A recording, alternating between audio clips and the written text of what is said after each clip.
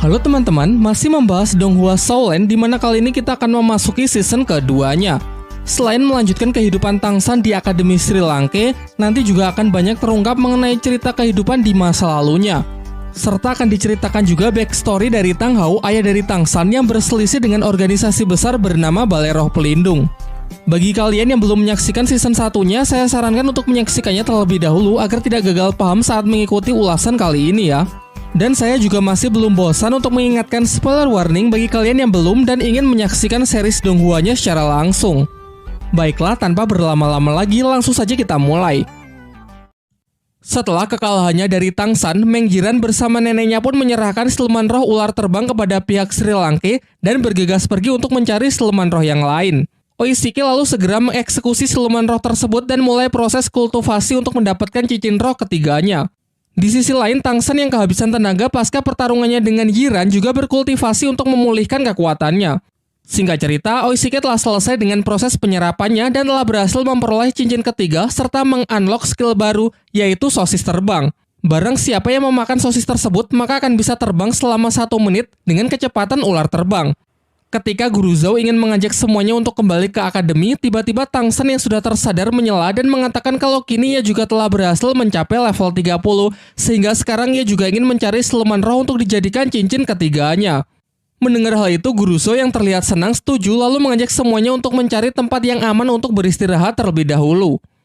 Di malam harinya saat tengah beristirahat, mereka membicarakan mengenai siluman roh yang selalu diburu oleh manusia. Guru Zhou mengatakan kalau sekarang semakin sulit mencari cincin roh, padahal dulu di pinggiran hutan saja banyak terdapat siluman roh berusia ribuan tahun. Menanggapi itu, Tangsan berpendapat kalau itu semua adalah ulah manusia yang sebenarnya jauh lebih ganas ketimbang siluman roh. Perburuan yang terus dilakukan membuat para siluman roh pasti suatu saat akan mengalami kepunahan. Dan jika siklus ini terus berjalan, maka akan datang suatu hari di mana seorang master roh tak akan bisa naik tingkat karena tidak ada lagi cincin roh yang tersedia. Semuanya pun termenung sejenak, termasuk Guru Zhou yang berpikir kalau narasi Tangsan memang cukup masuk akal. Di tengah pembicaraan, mereka tiba-tiba diserang oleh seekor siluman roh berjenis kera raksasa yang merupakan raja hutan bagi para siluman roh. Mereka pun sontak dibuat sangat terkejut karena biasanya siluman jenis ini hanya tinggal di hutan terdalam dan sangat jarang keluar. Menurut Tangsan, kera raksasa adalah mimpi buruk bagi para master roh. Pasalnya kekuatannya yang luar biasa kuat membuat seorang master roh bergelar Daulu sekalipun belum tentu bisa menandinginya. Dan bahkan dikatakan siluman ini mampu mengalahkan siluman roh jenis lain yang usianya jauh di atasnya. Tak hanya dari segi kekuatan, kecepatan, dan pertahanan, namun ia juga memiliki kecerdasan layaknya manusia. Guru Zhou yang sadar batasannya mencoba melakukan negosiasi karena siluman kera raksasa mengerti bahasa manusia. Ia pun berjanji akan segera pergi dan tak akan berani mengusiknya. Namun ketika menyaksikan kemarahan dari sang raja hutan, Guru Zhou pun segera memerintahkan semua murid untuk pergi terlebih dahulu, sementara ia memasang kuda-kuda untuk bersiap melancarkan serangan.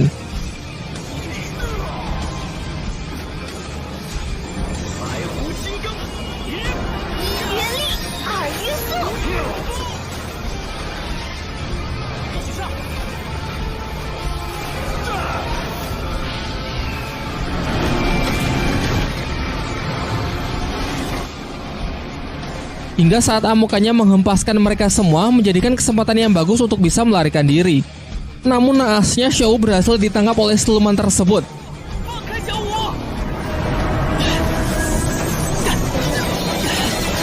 Guru Zhou yang melihatnya sangat emosi dan benar-benar all out menggunakan skill dari cincin roh ketujuhnya.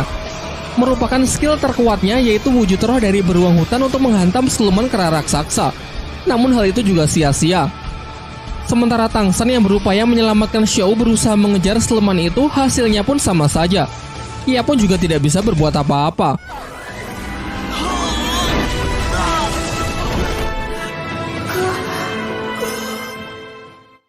Dengan rasa kecewa yang amat mendalam, mereka semua pun beristirahat untuk memulihkan kondisi pasca insiden tersebut.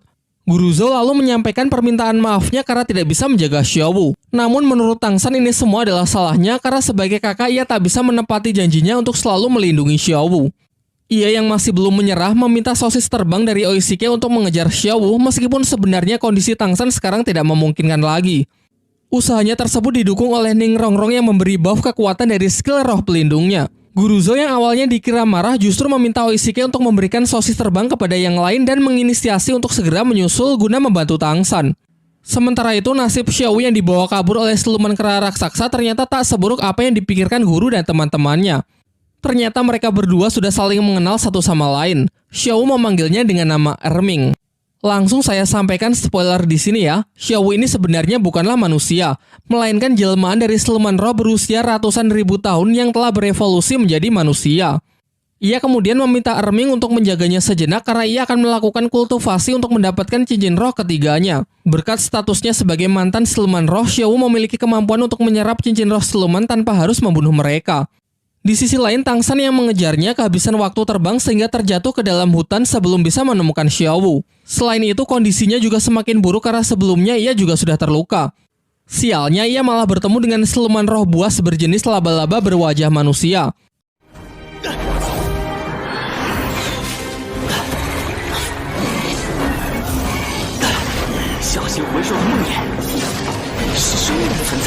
Tang San pun dibuat sangat kewalahan, karena baik dari kekuatan, kecepatan maupun pertahanan dari siluman tersebut sangatlah kuat. Ditambah lagi makhluk ini memiliki racun yang sangat mematikan. Di tengah pertarungan tersebut, Tang San teringat ucapan dari Master Xiao bahwa siluman laba-laba berwajah manusia merupakan jenis siluman roh yang akan sangat cocok untuk Tang San. Namun akan sangat berbahaya mengingat kekuatan serta racun yang mematikan yang dimilikinya.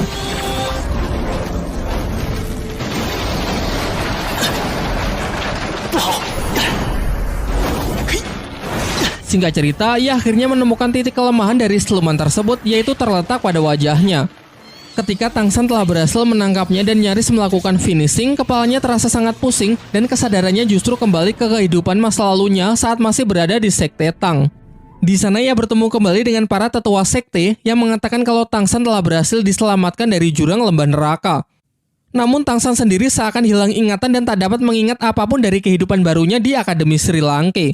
Sampai ketika ia bertemu dengan salah seorang murid sekte, pikirannya ke-trigger membuat ia bisa kembali mengingat semuanya.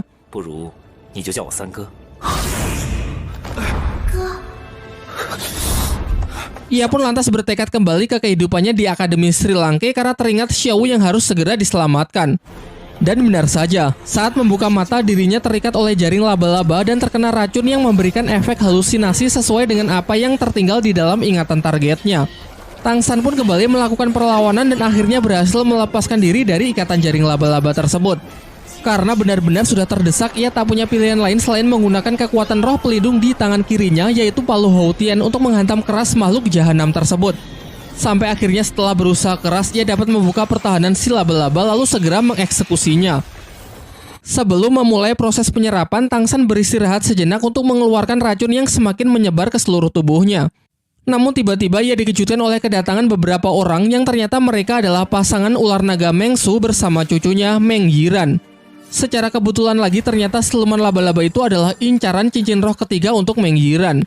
Mereka pun jelas sangat marah karena Tang San telah menggagalkan perburuan siluman roh untuk cucunya sebanyak 2 kali. Namun di sisi lain Meng Su juga sangat terkejut setelah tahu bahwa Tang San sanggup membunuh siluman laba-laba itu seorang diri. Kemudian Tang San menyampaikan pembelaannya bahwa ia juga terpaksa membunuhnya. Tadi ia hanya berusaha membela diri karena tiba-tiba siluman itu menyerangnya. Meng Su yang tak memperdulikan alasan Tang San memberinya pilihan yang sulit, yaitu jika Tang San bersedia bergabung dengan keluarganya, maka ia akan membiarkan Tang San tetap hidup dan mempersilakannya untuk menyerap cincin roh dari siluman laba-laba tersebut. Namun Tang San dengan tegas menolak tawaran itu.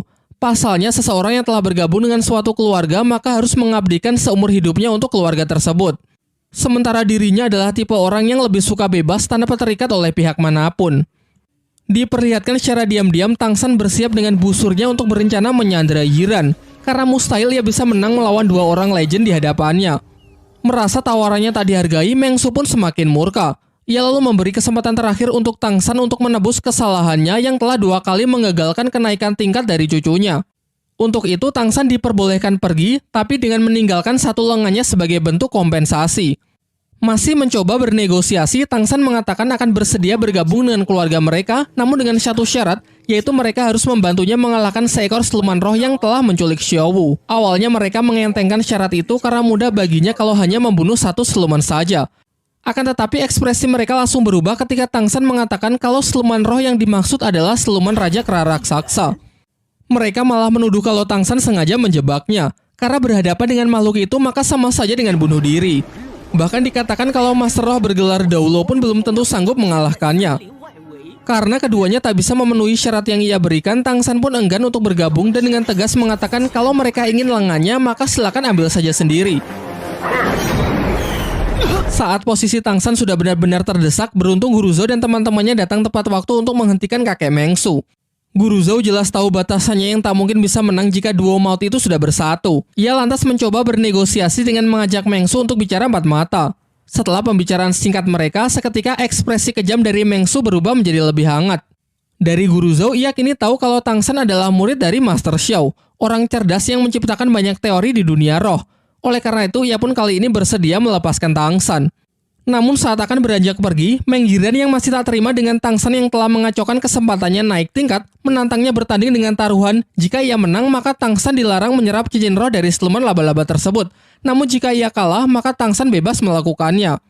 Tang San pun menyetujuinya. Tapi sebelum mulai, Oishike menyela dengan mengatakan bahwa taruhan tersebut kurang adil karena tidak ada sesuatu milik Meng Yiran yang dipertaruhkan. Maka dari itu, ia menambahkan kesepakatan konyol, yaitu jika Meng Yiran kalah, ia harus bersedia memberikan sebuah ciuman.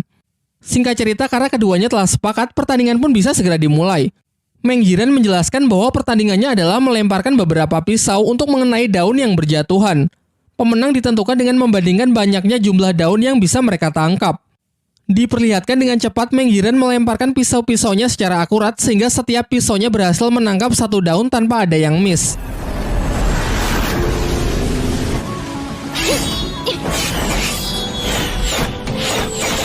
Melihat Tang San yang sedari tadi tidak bergerak membuat Meng Yiran kebingungan. Namun Tang San mengatakan kalau ia sudah melakukannya. Hal ini diperjelas oleh Mengsu yang mengatakan bahwa Tang San memang sudah melakukannya dan ia menang telak dari cucunya tersebut. Meng Yiran yang belum bisa percaya lalu mengeceknya sendiri. Dan benar saja, semua pisau Tang San tertancap sempurna dengan 10 daun masing-masing di setiap pisau. Sangat jauh dari Yiran yang hanya 1 daun per pisau. Bahkan hebatnya Tang San melemparkan pisau dengan posisi membelakangi pohon tanpa menggunakan mata dan hanya mengandalkan insting yang telah ia latih sejak kecil. Kemudian Mengsu mengungkapkan kekagumannya kepada Tang San karena memiliki kemampuan yang ia sendiri bahkan belum tentu bisa melakukannya. Kemudian Tang San menghampiri Yiran yang nampak sedih karena telah kalah 2 kali. Tang San mencoba menenangkannya dengan mengatakan kalau jelas saja ia bisa menang, pasalnya ia telah berlatih menggunakan senjata rahasia selama lebih dari 9 tahun. Ia lalu menunjukkan senjata rahasianya yang jauh lebih kecil namun memiliki keuntungan lebih ringan sehingga sangat praktis digunakan sebagai senjata yang mematikan. Ia juga bersedia mengajari Meng Yiran dengan menjelaskan sedikit mengenai tekniknya yang ia sebut pelacak suara. Bukan melihat dengan mata, melainkan menggunakan indera pendengaran yang bisa merasakan setiap gerakan bahkan tanpa ada titik buta. Setelah pembicaraan itu, tiba-tiba Meng Yiran mencium Tang San karena bagaimanapun juga ia telah kalah taruhan. Semuanya pun dibuat tercengang menyaksikan fenomena itu. Dan setelah itu, ia bersama kakek neneknya pun segera pergi dari tempat tersebut. Setelah kepergian mereka, Tang San segera meminta sosis pemulihan dari Oishike agar ia bisa segera memulai proses penyerapan mengingat Xiao yang juga harus segera diselamatkan. Proses penyerapan Tang San nampaknya begitu berat. Terlihat melalui gejolak energi luar biasa kuat yang dapat dirasakan oleh Guru Zhou. Di waktu yang bersamaan, kita diperlihatkan Master Xiao yang mendapatkan selembar surat undangan dari Flander, kepala Akademi Sri Lanka. Sementara di sisi lain kita diperlihatkan scene dari Tang Hao, ayah dari Tang San, berpamitan dengan sebuah tempat yang dipenuhi oleh tanaman rumput biru perak untuk pergi menyelesaikan misinya di sebuah tempat yang ia sebut sebagai Balai Roh Pelindung. Setelah Tang San berhasil mengalahkan Meng Yiran, ia segera memulai proses kultivasi untuk mendapatkan cincin roh ketiganya yang nampaknya proses tersebut sangatlah berat. Kita beralih ke tempat ayah Tang San yang tengah flashback, mengenang masa lalu kelamnya dalam pertempuran melawan Balai Roh Pelindung. Diperlihatkan kala itu Tang Hao muda tengah berlari bersama Ah Yin, sang istri yang sedang menggendong seorang bayi yang tak lain adalah Tang San kecil. Mereka berusaha melarikan diri dari kejaran orang-orang Balai Roh Pelindung yang masing-masing dari mereka bergelar Dauluo. Salah satunya adalah Master Roh pemilik kekuatan roh hantu berwujud bayangan hitam. Dengan susah payah Tang Hao melakukan perlawanan sekuat tenaga menggunakan senjata andalannya yakni palu Houtien. Meskipun ia bertarung sembari melindungi sang istri dan Tang San bayi, ia berhasil mendesak lawannya dengan hantaman palu Houtien yang mengakibatkan semburan magma.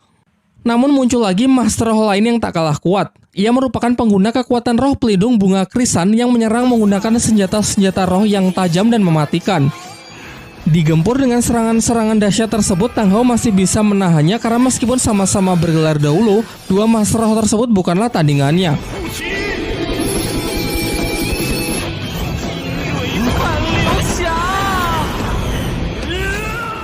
Sayangnya saat mereka kembali melanjutkan pelariannya untuk keluar dari tempat tersebut, datanglah pimpinan dari Balai Roh Pelindung dengan kekuatan yang luar biasa kuat. Ia bahkan menyebut dirinya sebagai dewa.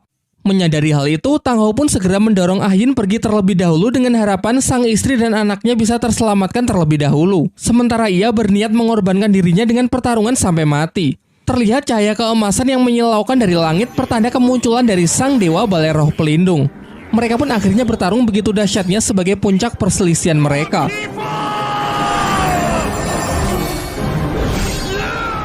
Diadulah kekuatan roh pelindung mereka masing-masing. Sebenarnya Tang Hao lah yang lebih unggul dari pimpinan Balai Roh Pelindung dalam duel 1 lawan 1 tersebut. Akan tetapi saat ingin menghabisinya, tiba-tiba dua anak buah yang bergelar Daulo tadi menyatukan kekuatannya untuk menekan Tang Hao, sehingga sekarang ialah yang kembali terdesak.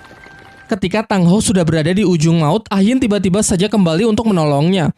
Sayangnya keadaan menjadi semakin buruk saat pasukan dari Balai Roh Pelindung pun juga semakin banyak berdatangan untuk mengepung mereka berdua. Sampai pada akhirnya, Ah Yin yang merasa tidak punya pilihan lagi memutuskan untuk menyerahkan bayi Tang San kepada Tang Hao dan berpesan agar Tang Hao merawatnya. Sementara ia akan mengorbankan dirinya dengan menyerahkan seluruh kekuatan miliknya kepada Tang Hao, sehingga ia harus rela kembali menjadi rumput biru perak kecil. Karena hasil latihannya selama ratusan ribu tahun ia berikan kepada Tang Hao dalam wujud cincin siluman roh berwarna merah berusia 100.000 tahun. Tang Hao yang sebenarnya tak menginginkan pengorbanan Ah Yin pun juga tak bisa berbuat apa-apa. Kini yang bisa ia lakukan hanyalah memenuhi permintaan terakhir dari istrinya tersebut untuk menjaga dan merawat Tang San. Kembali ke masa sekarang, dari sisa benih Ah Yin yang dulu sempat ia tabur telah tumbuh baik di sebuah padang rumput.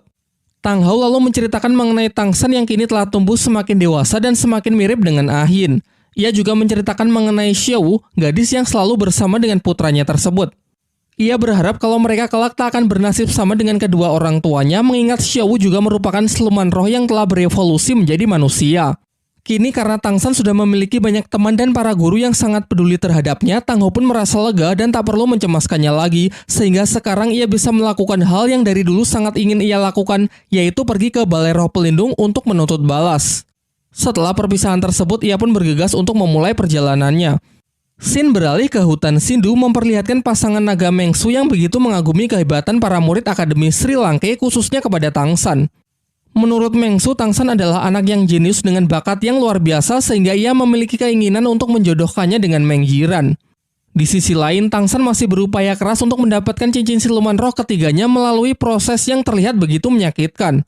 Di tengah ketegangan itu, tiba-tiba Xiao kembali yang sontak mengejutkan mereka semua. Pandangan Xiao kemudian langsung tertuju kepada Tang San yang sedang berjuang melakukan kultivasi yang begitu berat. Xiao yang merasa cemas menjelaskan bahwa proses penyerapan ini memang sangatlah beresiko.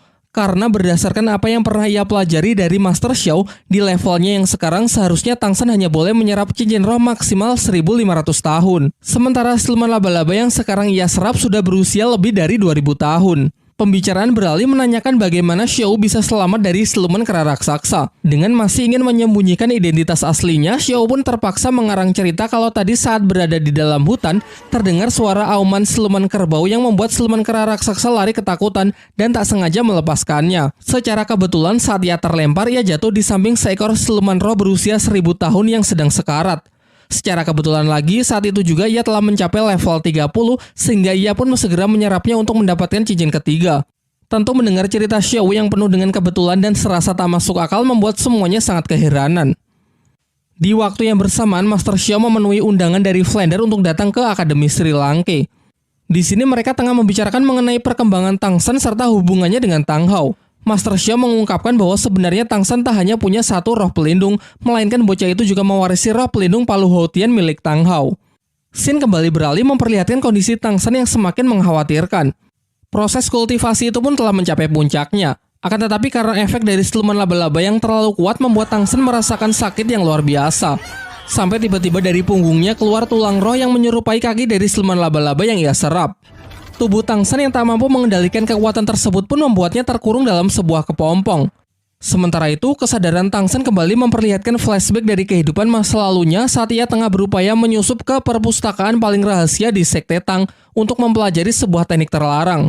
Sembari berusaha memanjat tebing yang sangat curam, ia teringat dengan hari-hari yang ia jalani di Sekte Tang, di mana ia selalu diremehkan, ditindas, dan dipandang rendah oleh murid-murid lain karena mereka merasa memiliki derajat yang lebih tinggi sebagai murid dalam sekte ketimbang Tangsan yang hanyalah murid luar.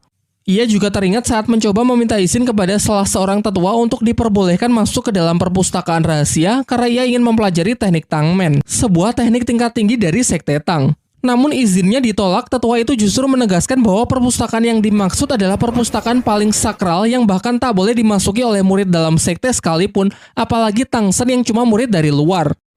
Dengan keahlian serta informasi yang telah Tangsan kumpulkan selama ini, ia berhasil menyusup ke dalam perpustakaan melewati para penjaga di sana.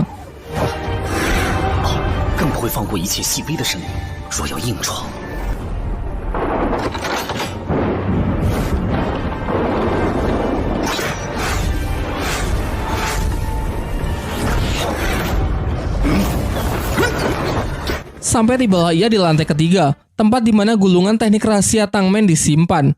Saat ia berhasil membuka gulungan tersebut, ternyata keberadaannya sudah diketahui oleh tetua besar Tang Lan yang merupakan pimpinan tertinggi di Sekte Tang sekaligus penjaga dari tempat ini.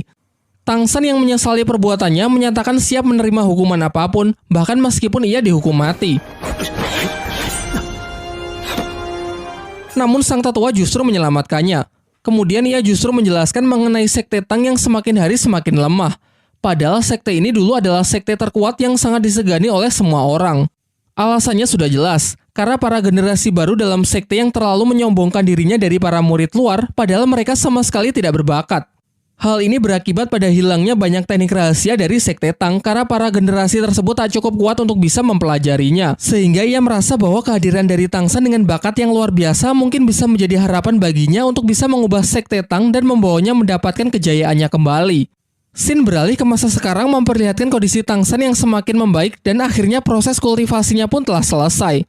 Isak tangis haru menyertai momen tersebut. Kemudian Tangsan menunjukkan tulang roh berwujud kaki laba-laba yang keluar dari punggungnya, yang bahkan ia sendiri tidak bisa menjelaskan kondisi apa yang sebenarnya telah terjadi. Saat mereka hendak meninggalkan hutan, tiba-tiba mereka diserang oleh segerombolan siluman laba-laba kecil yang sepertinya anak-anak dari siluman laba-laba yang telah dibunuh Tangsan. Semuanya pun mulai panik karena kekuatan mereka masih belum pulih dari pertarungan sebelumnya. Lalu Tangsan berinisiatif untuk memberikan mereka masing-masing senjata rahasianya karena dengan senjata tersebutlah ia dapat menghabisi siluman laba-laba sebelumnya. Dan benar saja, senjata dari Tangsan sangatlah membantu dalam menghadapi para siluman laba-laba kecil. Senjata itu sangat efektif, bahkan untuk tipe support seperti Oishike pun bisa dengan mudah menggunakannya.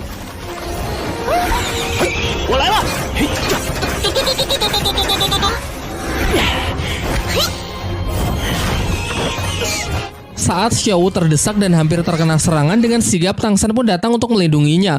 Secara refleks ia mengeluarkan tulang roh di punggungnya untuk membunuh para siluman laba-laba yang ingin menyerang Xiao. Dan sisanya lari ketakutan melihat amukan dari Tangsan.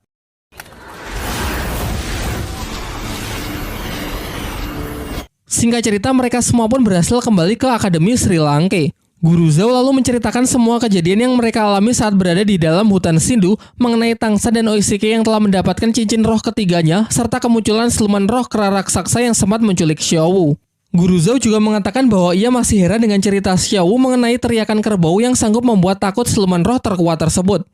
Kemudian masuklah Master Xiao dalam pembicaraan mereka dengan mengatakan mengenai keberadaan dari siluman roh yang jauh lebih kuat dari siluman kera raksasa di hutan Shindu yang menjadi kaisar sesungguhnya bagi para siluman roh. Makhluk mengerikan itu bernama Banteng Sanca Ungu, tinggal di dalam danau tenang yang menjadi pusat dari hutan Shindu. Terdapat sebuah kisah yang menceritakan bahwa dulu pernah ada seorang master roh bergelar Douluo yang masuk jauh ke dalam hutan berniat menantang siluman kera raksasa untuk berduel. Namun di pusat hutan ia malah bertemu dengan siluman roh yang jauh lebih menakutkan dari siluman kera raksasa. Yang paling mengerikan bukan cuma ukurannya yang luar biasa besar, makhluk itu bahkan juga mengerti bahasa manusia.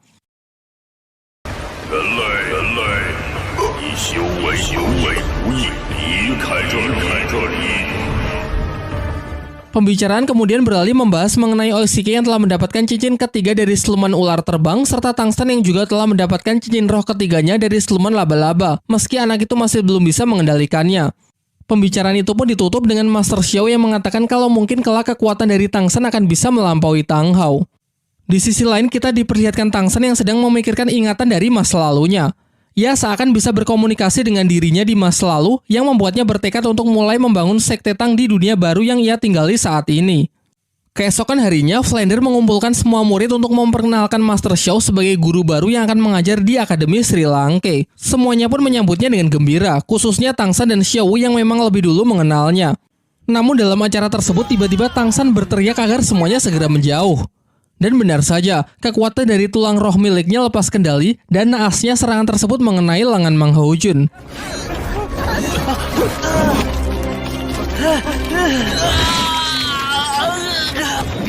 Master Xiao berusaha menghandle insiden tersebut dengan mencoba menenangkan Tang San yang terlihat sangat panik. Sementara itu, Mang Houjun yang lagi apes kondisinya semakin buruk karena serangan dari tulang roh Tang San sangatlah beracun.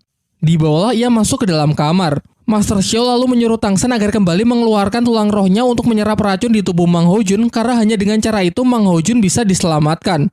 Tentu perintah itu membuat Tang San sangat ragu, karena bisa saja kekuatannya lepas kendali dan justru membuat kondisi Mang Houjun semakin memburuk. Sampai akhirnya setelah Master Xiao meyakinkannya, ia pun mencoba cara tersebut dan Mang Houjun pun akhirnya bisa diselamatkan.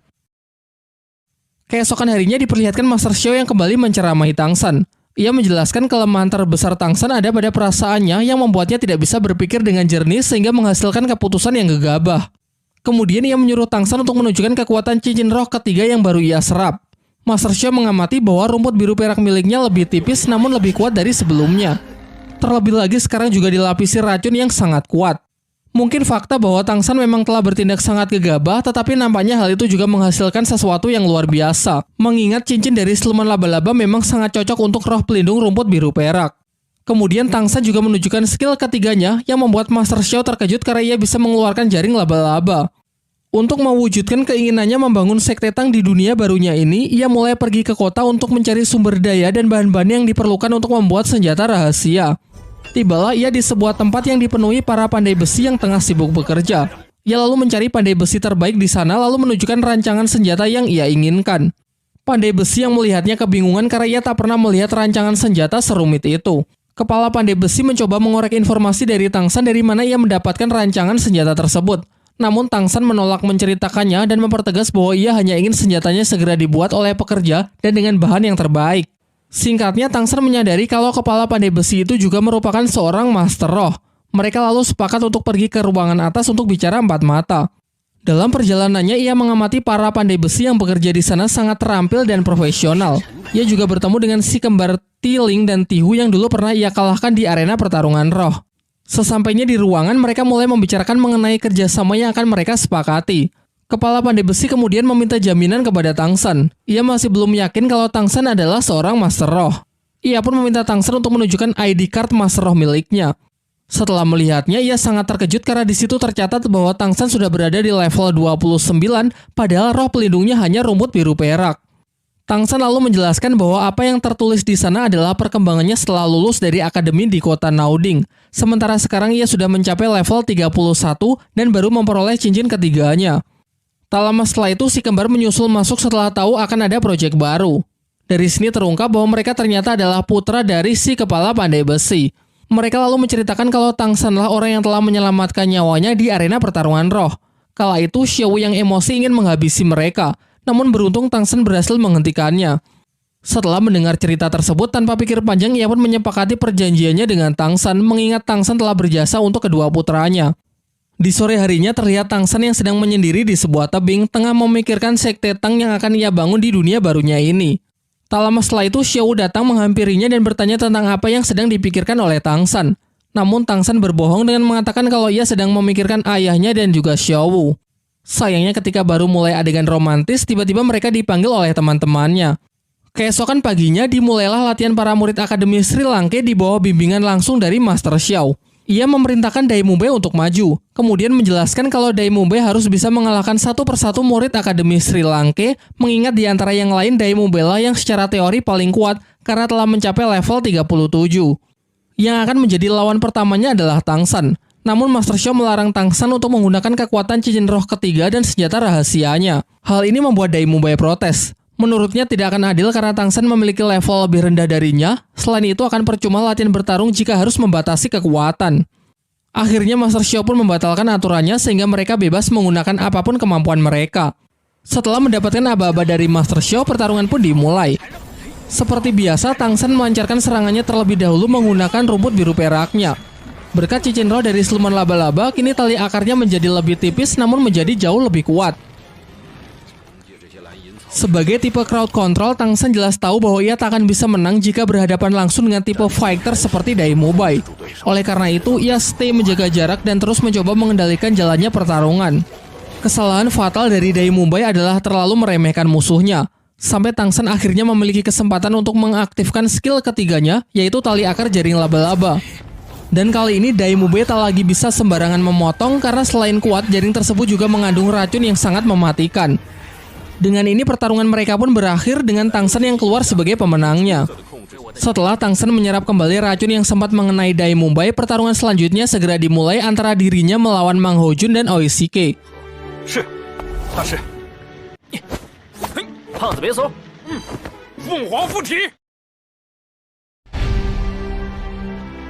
Serangan pertama Dai Mubai masih menahan dirinya dengan hanya menggunakan 2 cincin rohnya saja. Namun serangan tersebut dapat diatasi oleh Mang Hojun dengan hampir mengeluarkan seluruh tenaganya. Cukup untuk menekan Dai Mubai karena ia tak mempertimbangkan kalau api Mang Hojun telah meningkat semenjak dari hutan Shindu. Serangan berikutnya barulah Mubai menggunakan kekuatan cincin roh ketiganya yang secara teori tak akan bisa Mang Hojun atasi karena disinilah letak perbedaan kekuatan mereka. Namun lagi-lagi ia meremehkan lawannya. Mubai lupa kalau di pihak Mang Hojun terdapat Oishike yang secara terus-menerus dapat mensuplai energi untuk Mang Hojun, sehingga meski menggunakan tenaga penuh di setiap serangannya, Mang Hojun tidak khawatir akan kehabisan tenaga. Terlebih lagi ia tahu betul apa yang menjadi kelemahan dari Dai Mubai. Mubai adalah tipe petarung jarak dekat dan serangan gelombang jarak jauhnya hanya memiliki radius 10 meter saja, sehingga asalkan mereka bisa tetap menjaga jarak, kemungkinan menang mereka akan jauh lebih besar.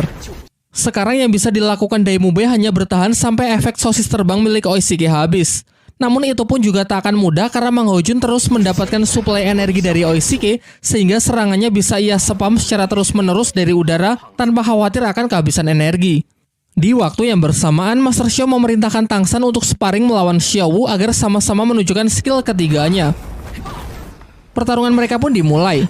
Tang San pun cukup dibuat kewalahan di awal oleh Xiao Wu mengingat ia sudah lama tak berlatih bertarung dengannya. Ia kehilangan fokus setelah terkena serangan mata genit, skill kedua milik Xiao Wu. Ini menjadi kesempatan bagi Xiao Wu untuk segera mendaratkan serangan. Menanggapi hal itu, Tang San juga bertindak cepat untuk melindungi dirinya menggunakan skill ketiga jaring laba-laba. Namun penghalang itu dapat dengan mudah Xiao Wu terobos karena skill ketiganya ternyata adalah teleportasi. Ketika Xiao Wu sudah hampir menang, Tang San menggunakan jaring laba-labanya secara tiba-tiba yang membuat keduanya jatuh dengan posisi sama-sama terikat. Pada waktu itu juga Master Xiao segera menghentikan pertarungan dari para muridnya tersebut. Semuanya kemudian dikumpulkan untuk mendengarkan penjelasannya mengenai kesalahan-kesalahan yang mereka lakukan. Dai Mubai sempat protes. Menurutnya pertarungan tersebut tidak adil karena dirinya yang sudah kehabisan energi saat melawan Tang San harus berhadapan dengan Mang Hojun dan Oishike yang dalam kondisi prima. Namun Master Xiao mengingatkan bahwa di pertempuran yang sesungguhnya musuh tak akan menunggu sampai ia memulihkan dirinya. Setelah ia panjang lebar menjelaskan kesalahan mereka masing-masing, Master Xiao mengungkapkan kekecewaannya dari performa para murid pada latihan hari ini sehingga ia memutuskan untuk memberikan hukuman kepada mereka. Hukuman tersebut mengharuskan mereka untuk berlari memutari kota sebanyak 10 kali sambil membawa tas keranjang berisi batu tanpa ada yang boleh menggunakan kekuatan roh. Ia kemudian menegaskan bahwa mereka kini adalah sebuah tim, jadi sebelum semuanya selesai maka tak ada yang boleh makan. Kepala Akademi Flander sempat protes kepada Master Xiao karena menurutnya hukuman itu terlalu berat jika para murid dilarang menggunakan kekuatan roh pelindung mereka. Namun Master Xiao menjelaskan bahwa sebenarnya ini bukanlah latihan fisik, melainkan upayanya untuk melihat sudah sejauh mana hubungan baik antar murid sebagai sebuah tim yang solid.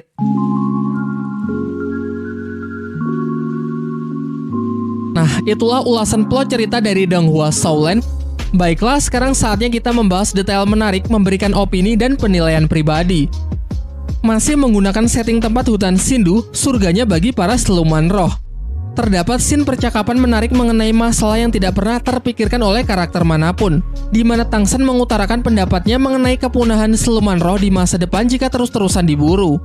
Hal ini masuk akal ya, disebutkan bahwa seorang Master Roh akan berburu cincin roh setiap naik 10 level.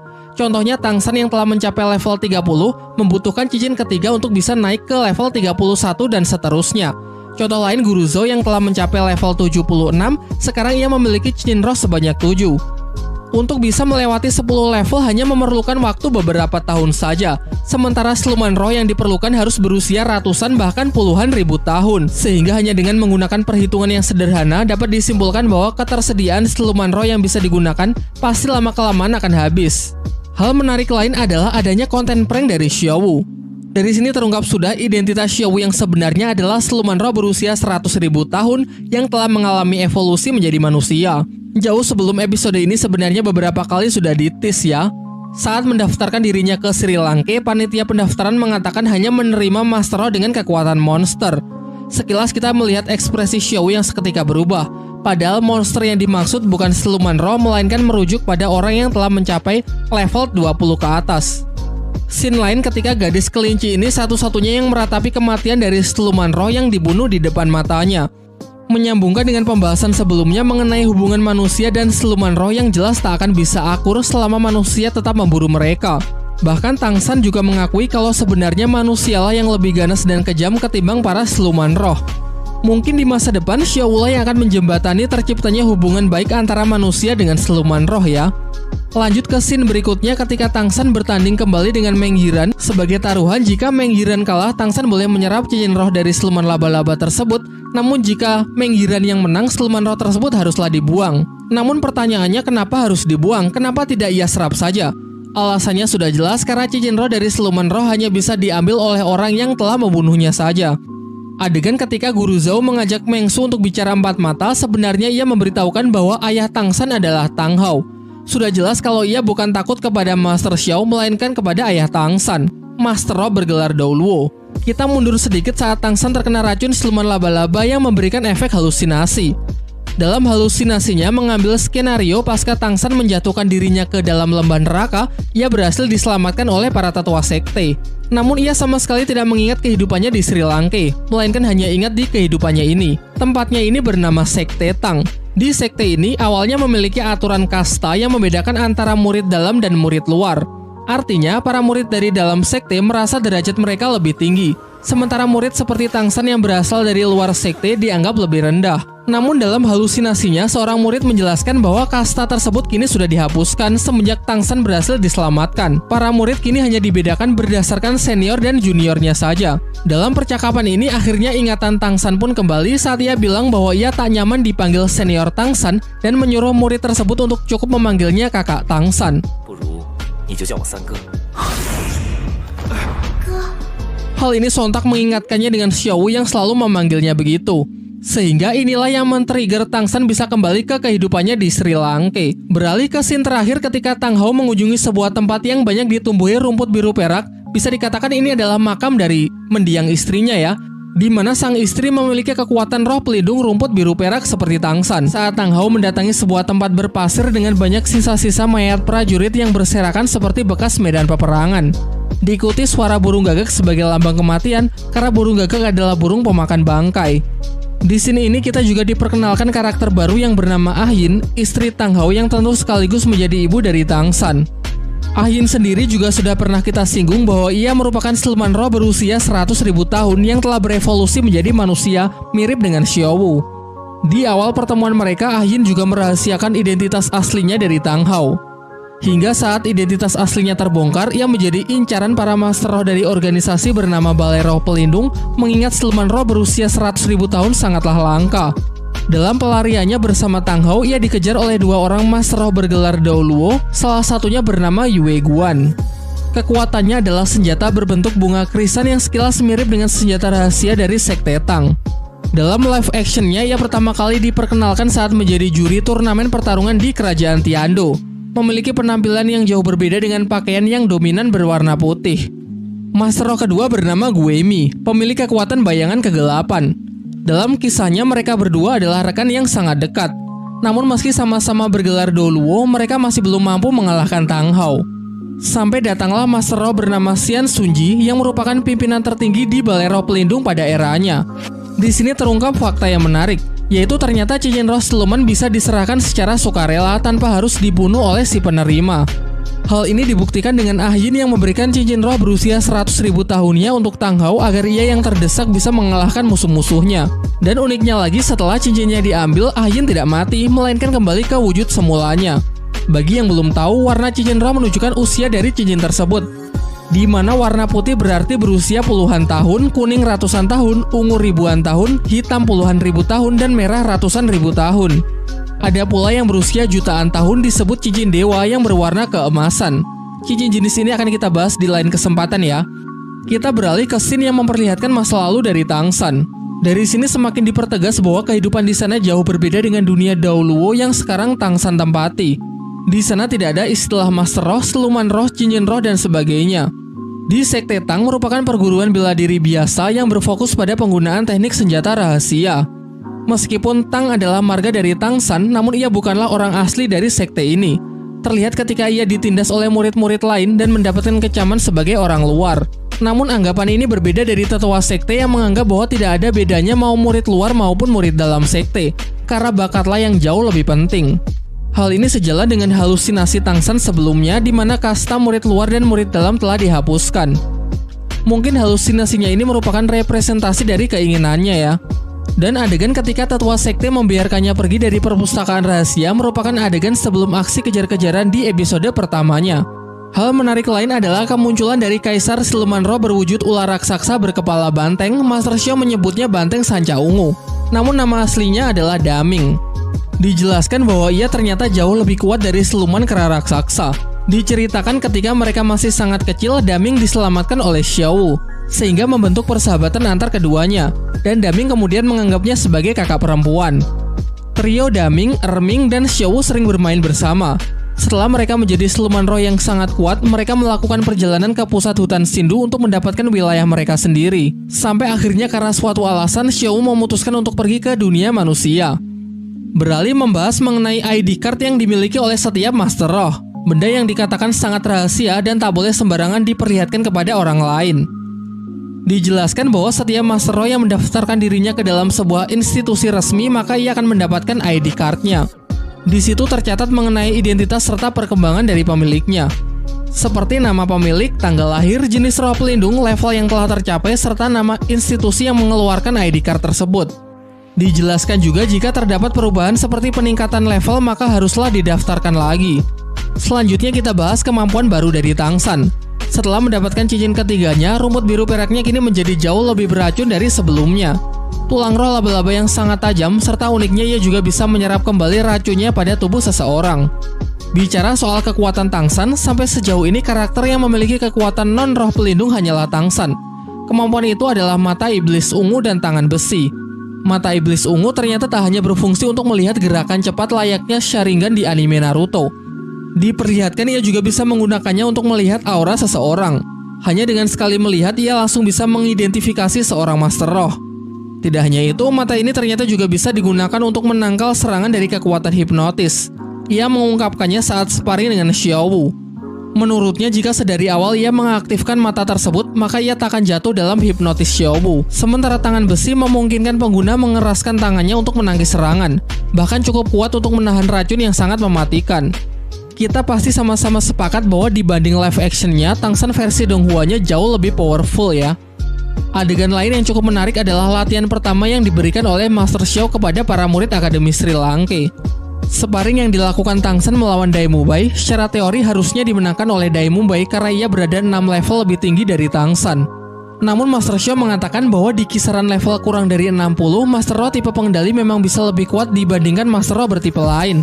Setidaknya jika selisih levelnya kurang dari 10. Perlu kalian ketahui bahwa Dai Mubai di sini lebih sopan dari versi live actionnya ya. Di live action, pada awal pertemuannya dengan Master Xiao, ia benar-benar memandang rendah gurunya tersebut. Ia justru mengatakan kalau belajar teori tak akan ada gunanya dalam pertarungan. Ia baru menyadari kesalahannya tersebut setelah ia bertarung dengan sang kakak. Ketika para murid harus menerima hukuman dari Master Xiao karena kesalahan yang mereka lakukan dalam pertarungan, Ning Rongrong dan Suying adalah dua murid yang sama sekali tidak dilibatkan sehingga harusnya mereka tidak dihukum. Namun karena hukuman ini adalah untuk menguji solidaritas mereka sebagai sebuah tim, maka mereka berdua secara sukarela bersedia untuk ikut menerima hukuman. Baiklah, mungkin cukup sampai di sini ya pembahasan kita kali ini. Kalau kalian punya pendapat lain atau detail yang saya lewatkan, silahkan menulisnya di kolom komentar ya.